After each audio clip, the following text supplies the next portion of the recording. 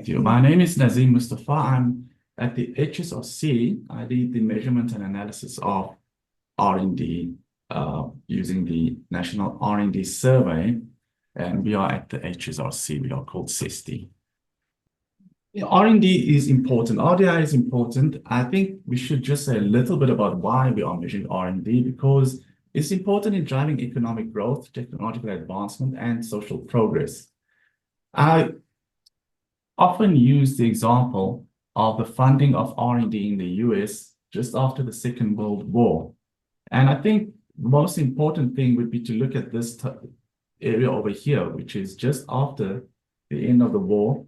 The blue lines is the proportion of investment into R&D by the public sector, or the government, if you like, and the other part is private. You will notice that early on, the government was the main,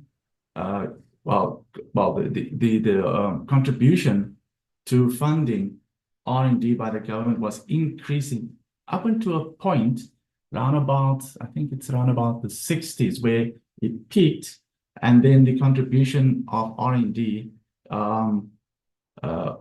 contribution of funding to R&D generally was done by the private sector, and over time that has increased as years have gone by.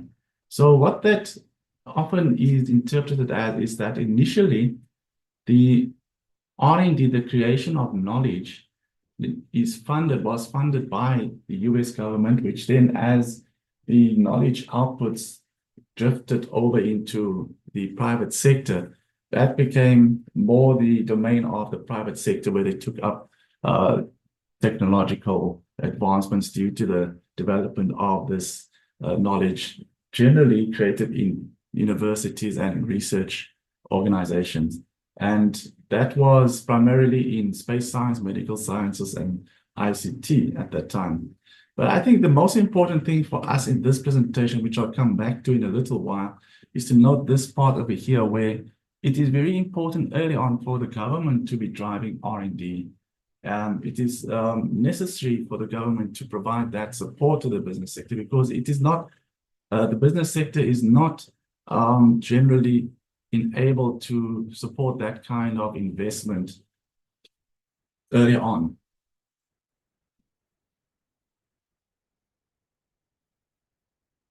Spending by firms on R&D acts as an investment to generate new technological knowledge. So this is the general understanding of modern growth theory, and that knowledge which is created generates new technological knowledge, which in turn acts as a production factor that drives growth.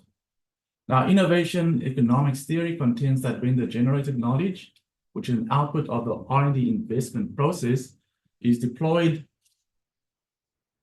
as a production factor, its contribution to productivity, and thus to a higher GDP per capita in the long run, can be reasonably inferred. So this is generally how modern growth theory thinks of innovation as being central to the process of economic growth. In this presentation, I'm going to focus on recent trends in R&D funding in South Africa, and in places I will compare these trends with other countries, and then also try to link them to current policy priorities. So I'm going to use R&D data primarily. You may or may not know that South Africa has been undertaking R&D surveys since the 1960s. So we were there right at the start when other countries all over the world started doing these things as well. It was initially done by the CSIR, and the first one was in 1966, and then the mid-70s or the mid to late 70s, the HSRC was asked to do the social science component, which hadn't been done before. Since 2001, the survey has been done by STI at the HSRC. And the survey is quality assured by Status-A as part of national statistics. The You are probably all familiar with dimensions of R&D that it collects. It collects the main dimensions, R&D expenditure, and then also human resources and other activities. So the main statistics that it collects in terms of expenditure, which we will be talking about primarily in this presentation, is what's called the gross domestic expenditure on R&D, or GERD. And this it does by performing sectors. It also looks at sources and flows of funding for R&D, which is very useful to be able to do that. And then it's got a whole host of other details around funding that we collect as well. The R&D survey covers R&D in all the institutional sectors in the country. So the intention is to quantify all of the R&D done in the country. These institutional sectors are designed to fit in more or less with the system of national accounts institutional sector. So right from the start, actually, the intention was for the R&D survey to be coherent with the system of national accounts, which you are familiar with GDP and all the economic surveys that the country does. The idea is that R&D data would fit into that framework, although it does at the time, and for many years, it didn't quite fit into that framework. And that is because of the way that the R&D survey deals with R&D, which is considered as a proxy for innovation. And it's generally considered to be, well, the way that you would try and measure that is different to how you would account for it in the books of a firm, for example. So these institutional sectors of the R&D survey are pretty much the same ones that are covered by the system of national accounts, except for the one which is higher education. And higher education is something that cannot be left out in a framework that looks at knowledge creation, well, due to the fact that the universities are so important in generating new knowledge, and also they play a dual role in that they also provide a large number of trained individuals that eventually find their way in the workplace. So that's the data that I'll be primarily using in this presentation. And the reason is that it does provide us the data on R&D investment, which you could think of as R&D funding. And first of all, let me talk about the different organizations that fund R&D. So these are pretty much the same institutional sectors that I've just outlined. That's the business enterprise sector, government sector, which includes research organizations and also some science councils that fund R&D, higher education sector, the private nonprofit sector, and then also the rest of the world, which is an important sector because that is essentially the sector that gives us investment for free into our system. Everything else is funded by organizations within the system.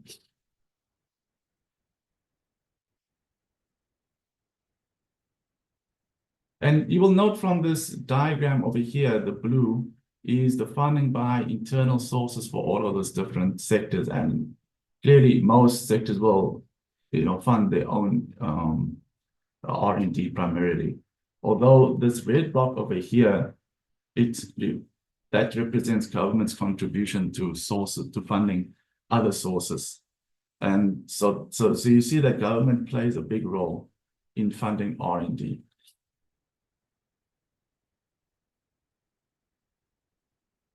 Now I'm going to have a look at the investment into R&D over the last 20 years. And first of all, I should just maybe clarify that the government sector is particularly important because it not only funds its own R&D, but it also acts as a funder for other organizations within the system. So when we view the government sector as a performer of R&D, that would include both national and provincial departments and research institutes, as well as museums and municipalities. And the national government, when you think of it as the major funder, it funds all of the spheres of government, and also research organizations, including science councils, as well as the public universities. So that's, just bear in mind that those two concepts are slightly different. Even though I use the same word in the government, when I use the word as a funder, I mean all of the public research organizations, really. So the two curves over here, I don't know what color they've come out as because they were a different color earlier, but the top one on the left-hand side, you will see that one is trending downwards. That one is the funding of R&D by business. So that is essentially your private sector contribution. And then the other curve, which is one that trends upwards, okay, on my screen it's orange or light orange. That one is the funding of R&D by the public sector, by government. And you will notice that generally for the last 20 years, the proportion of R&D that's sourced from the from the private sector has been trending downwards all the time. And most recently, in around about 2020, you will see a big dip as well. And that's probably due to the effect of COVID on economic behavior. And then I'd like to maybe point out one other thing. There is a common misconception that the funding, the investment into R&D by the business sector, it started decreasing around about 2009 when we had the subprime mortgage crisis impacting on our country, as well as a large R&D project shutting down in electricity generation at the time. And that's not the case actually, because you will see that over here, the funding by, let's wait for a second.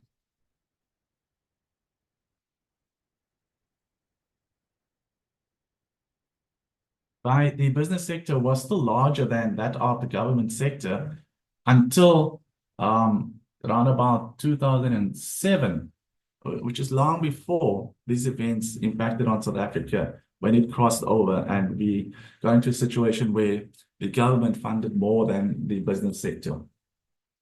So that's just it's an important factor to consider in the rest of our presentation. But there's one other thing that I want to point out as well, and that's the financing by the foreign sources, which is this curve over here. On my screen, it's in yellow.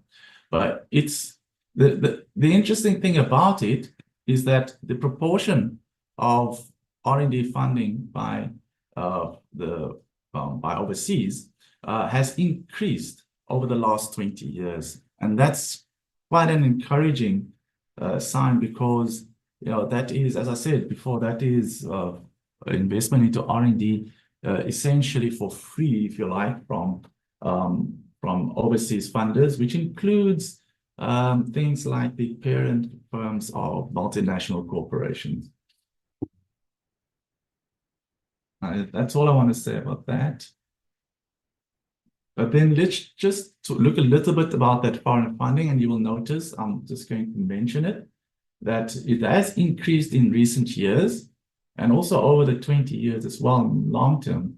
And the biggest investor into South Africa in terms of R&D are the American countries, the USA and Canada. And then also that's followed by Europe. So those are two main collaborators overseas.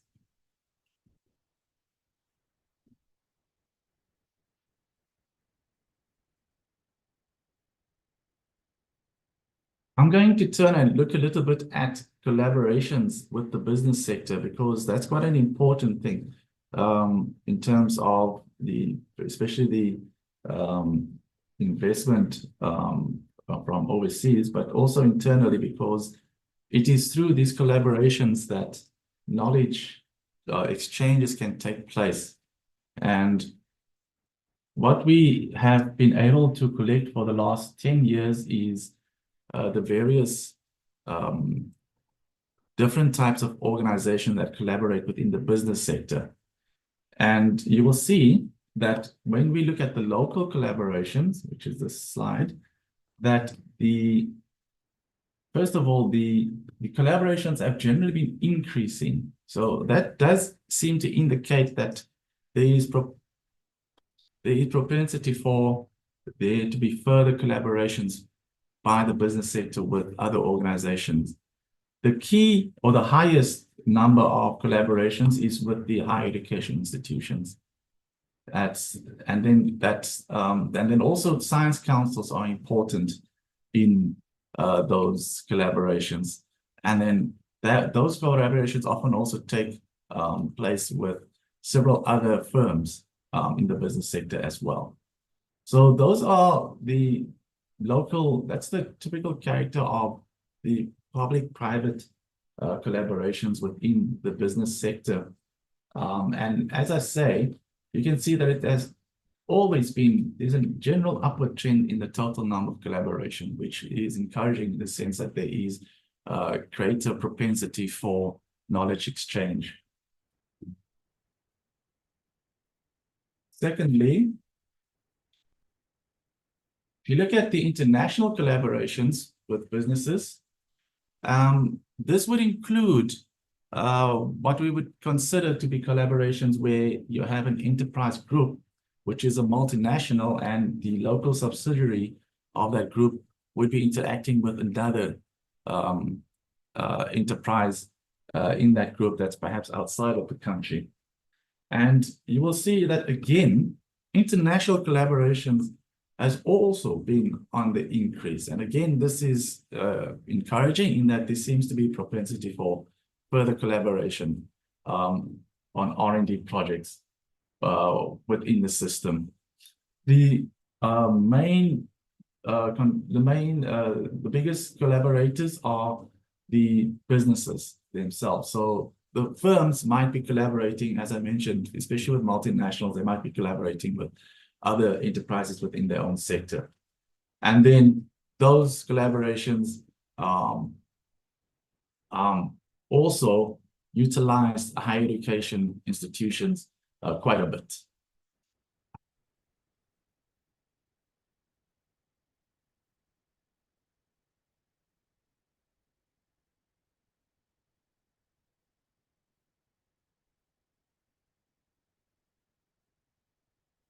What's interesting about these two slides is that there doesn't seem to be any major effect on collaborations that was due to COVID impacting on businesses. So you'll see there's a bit of a dip here in terms of when we look at the local collaborations from 2020, which then quickly recovered.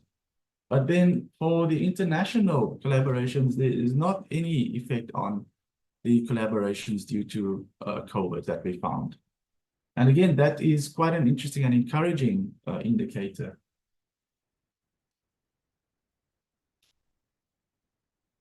So let me try and also further try and tie these things up with the with policy directives. What I'm presenting here illustrates the policy instruments within the policy space. I should say that this is for a mature national innovation system. This has been taken from the World Bank, and on the vertical axis, this ranges from knowledge and research supply outcomes to firm demand for both R&D and non-R&D innovation. Along the horizontal axis, this depicts government measures, including financial support, direct and indirect forms of support, services, and firm behavior requirements or recommendations. It divides support into market-based incentives. For example, those could be tax exemptions or subsidies, and non-market incentives as well. For example, prizes and awards, along with direct service and infrastructure provision. Again, I like to emphasize that this would be the policy mix and policy tools for a mature NIS. And for South Africa, we will find that we have some of these tools in this policy mix of tools and measures.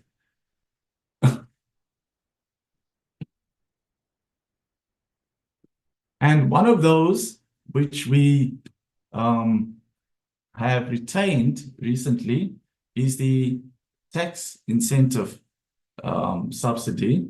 And you will notice that South Africa, the amount of subsidies that, well, the effect of the subsidy, if utilized, is actually quite high compared to other countries. In fact, if anything, it's a little bit higher or maybe very close to the OECD average total. And there are several countries, for example, Australia, for which we have where our R&D tax incentive is of much greater benefit to the firms than in Australia. And this has been extended for another 10 years, and also it has been made easier on firms to get these incentives. And that's really the one, I think, important incentive that one should mention in terms of how it has been improved recently. So why do people always look at RDI funding? Well, there's this indicator which is called the R&D intensity, which I think many of us are familiar with.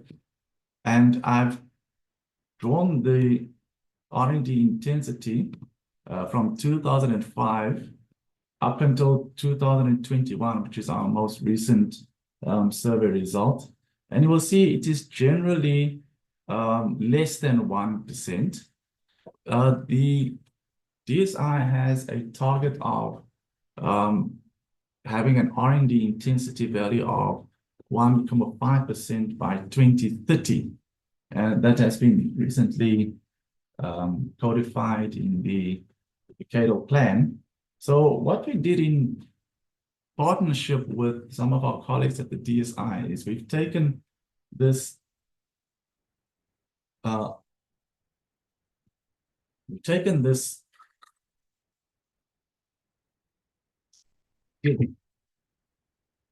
We've taken this trend and tried to see what would we need to have to project it to 1.5% at around about 2030. And this is the result that you get. It will be this yellow curve over here.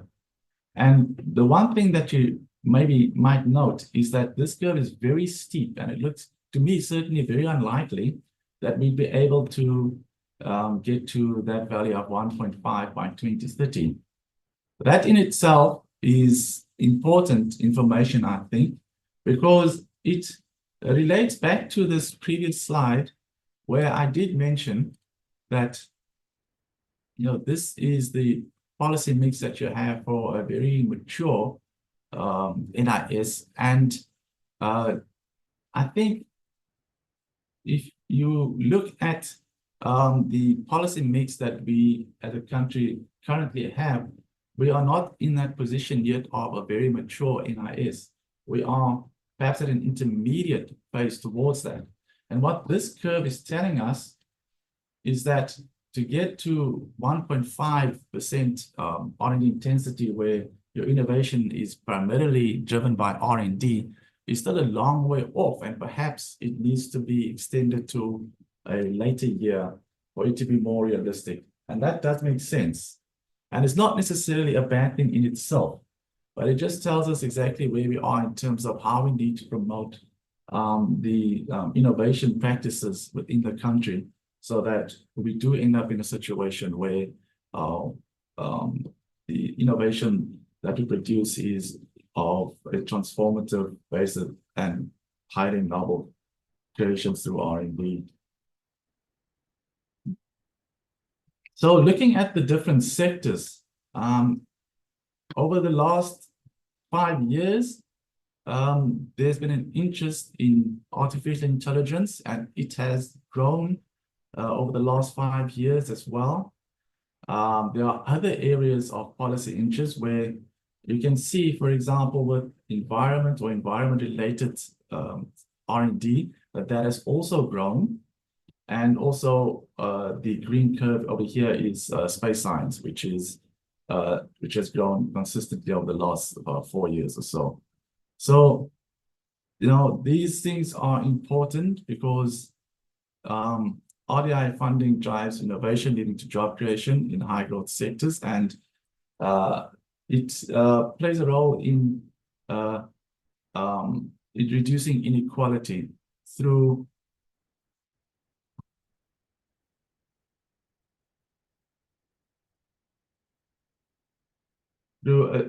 promoting innovation that address societal challenges.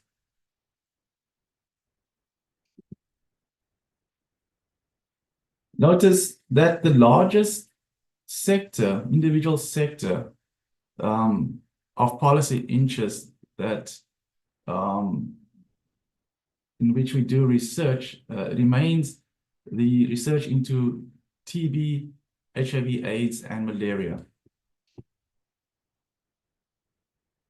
Even though it has been declining in recent years.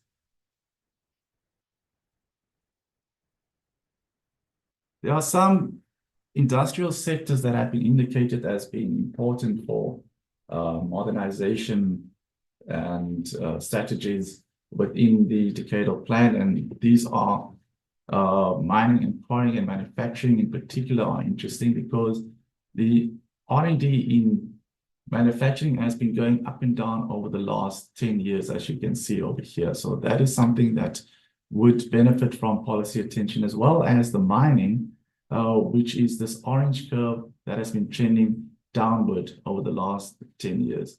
Although in recent years, we've seen a little bit of stabilization in the mining sector.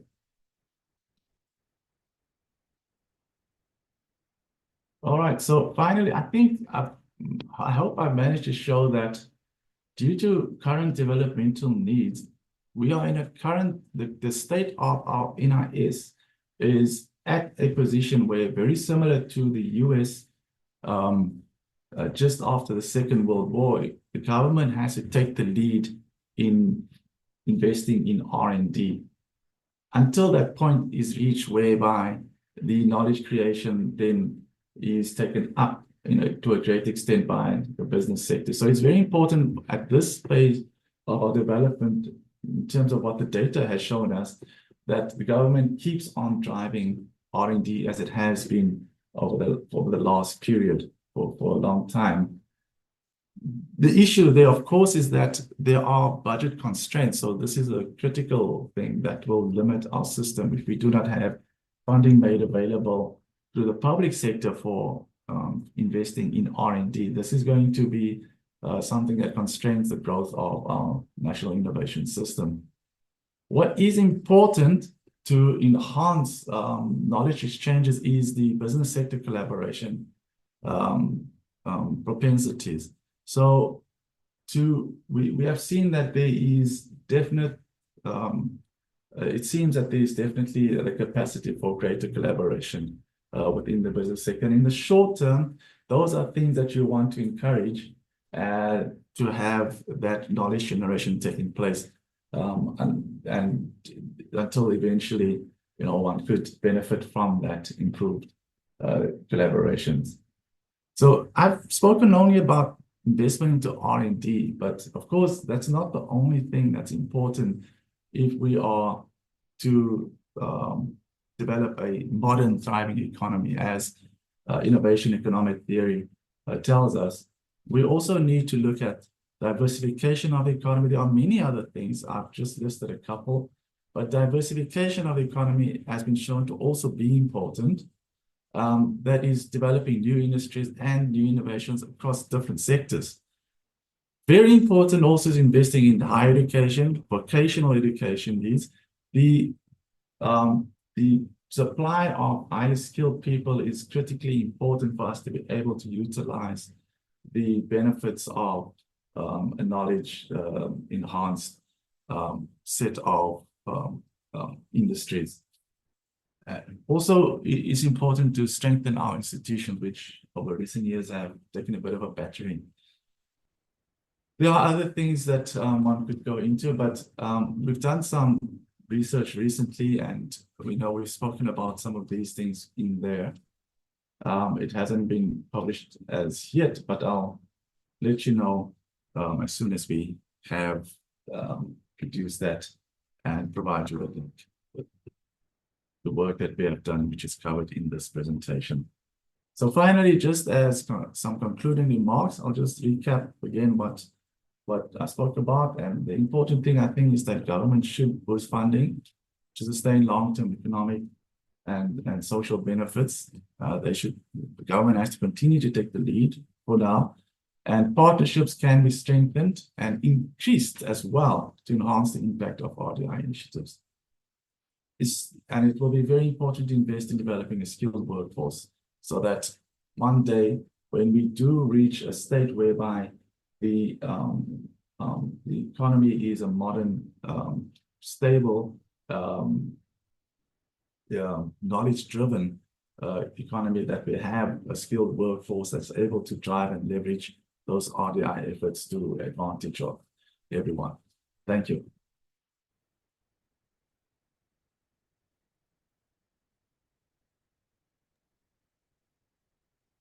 Thank you very much, Dr. Mustapha.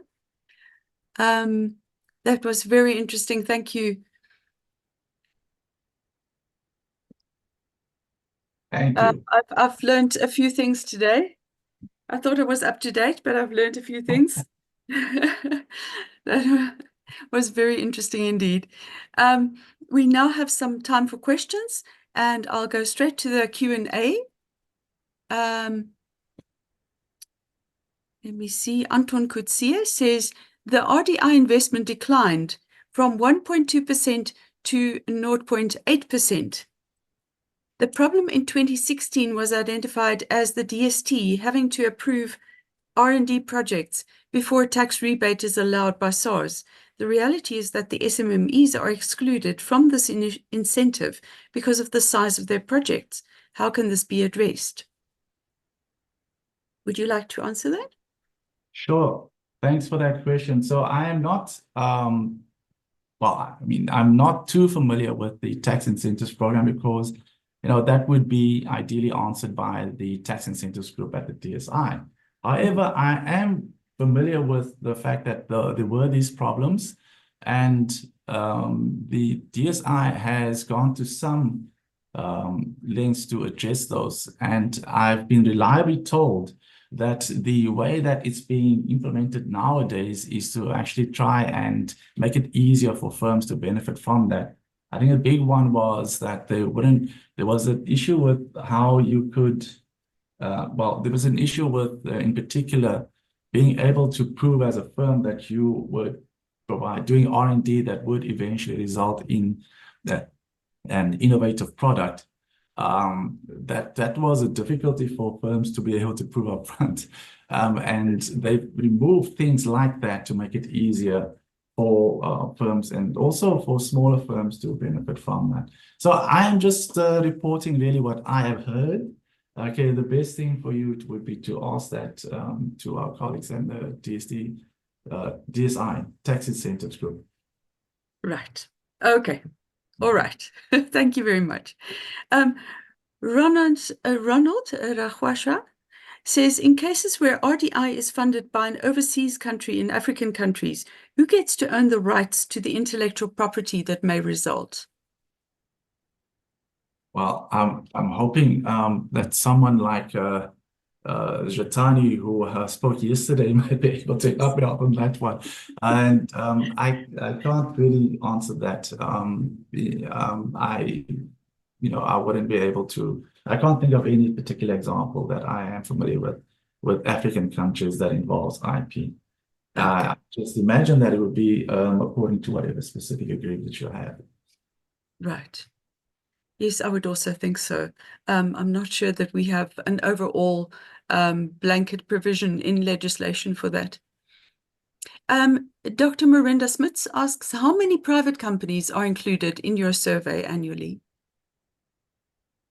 So how many, private, let's, I'm going to answer that in terms of the business sector. because the business sector contains the private firms as well as some SOEs, which are actually public corporations.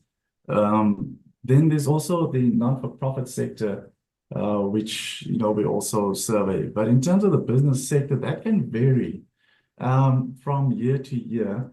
I think last year we had, I stand under correction, but I think we had close to 400 that we surveyed. And like I say, that can vary also from year to year, because every year we try and increase it generally. But with COVID, what happened was that we had a bit of a dip in the number of firms that did R&D that year. Certainly what we do collect generally is all of the really large firms that do R&D. It's difficult for us to get a hold of the really small ones where it's 3 people doing a little bit of R&D here and there. So those ones are tricky to do, even though they are important. Right. Okay, thank you very much. Can I ask where you did your projections of what it would take to reach a target of 1.5% of GDP? What were your assumptions in terms of how GDP would increase? So yeah, my colleague, Dr. Moses Satole, and some of our DSI colleagues are involved in the project where every year they do these projections. So for the last 2 or 3 years, I think they've been doing this. And so this one is the most recent one. And what they assume is they take these indices from the IMF, which is also used by the Treasury in projecting GDP.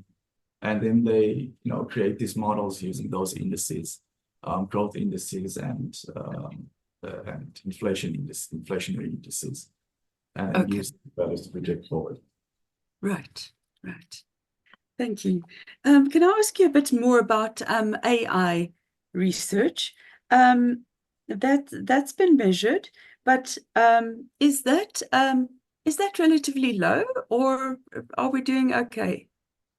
So let me disclaimer the data that I presented earlier. So essentially, what that data is that I presented earlier is an extraction of the research field codes that we collect from the firms, from universities, from everybody. And that's one of the codes really when we look at the ICT sector. So there are other things like software development, etc., that falls within that. And what we haven't done is we haven't done a conceptualization of what AI means, because it means a lot of different things to people. And really what we need to do is to conceptualize what it means and then look at our data again.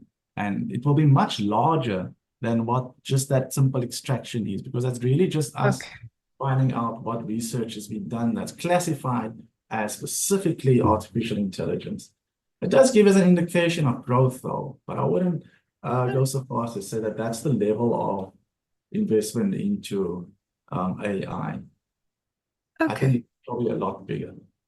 Okay, that's good to hear. And do you think the increase, you're saying that it increased, it seemed to me that it was fairly steady. Has it been measured? For how many years has it been measured? For 5 years or so?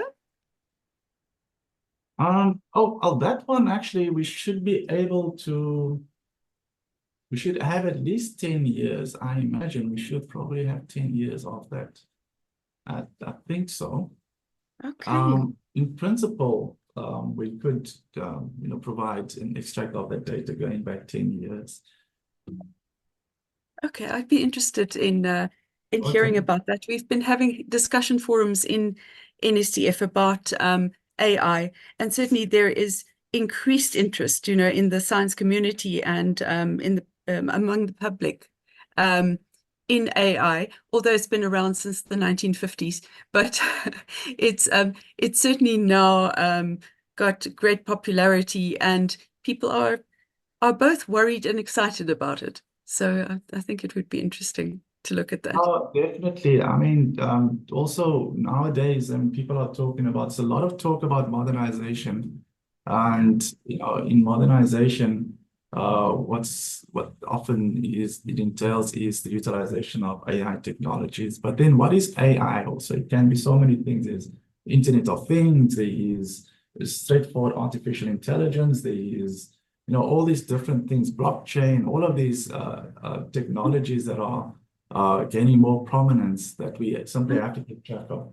I would like to mention also that we've put together a special project actually to look at how to, to first of all explore the stakeholder space in ICT, more generally, not just the AI, but ICT, which is the most important single-purpose technology for it's the technology that's used everywhere, to support other R&D. So that's something which is important to us, and we put a special project together to map out the stakeholders there, and then also try and improve the coverage specifically in that sector based on the outcomes of that research. Okay, that's very interesting. Can I invite you back for our October discussion forum, where we'll be discussing the 4IR technologies? No, I'm be happy to do that, sure. Fantastic. In advance warning about it again, then I might even draw you some nice long dated curves as well, and we can have a good discussion on the data as well. Brilliant, thank you. I think what might be useful is I'll bring my colleague, Dr. Khabo Morocco, to speak to you on that project, especially on the ITC, I think, which he's working on. Okay. And what's also interesting is we've got a project with the Mining Council to look at modernization of mining. Again, we're running a survey on that as well, in addition to the R&D survey, which maybe by that time he might want to speak to you about that a little bit. We'll see how it goes.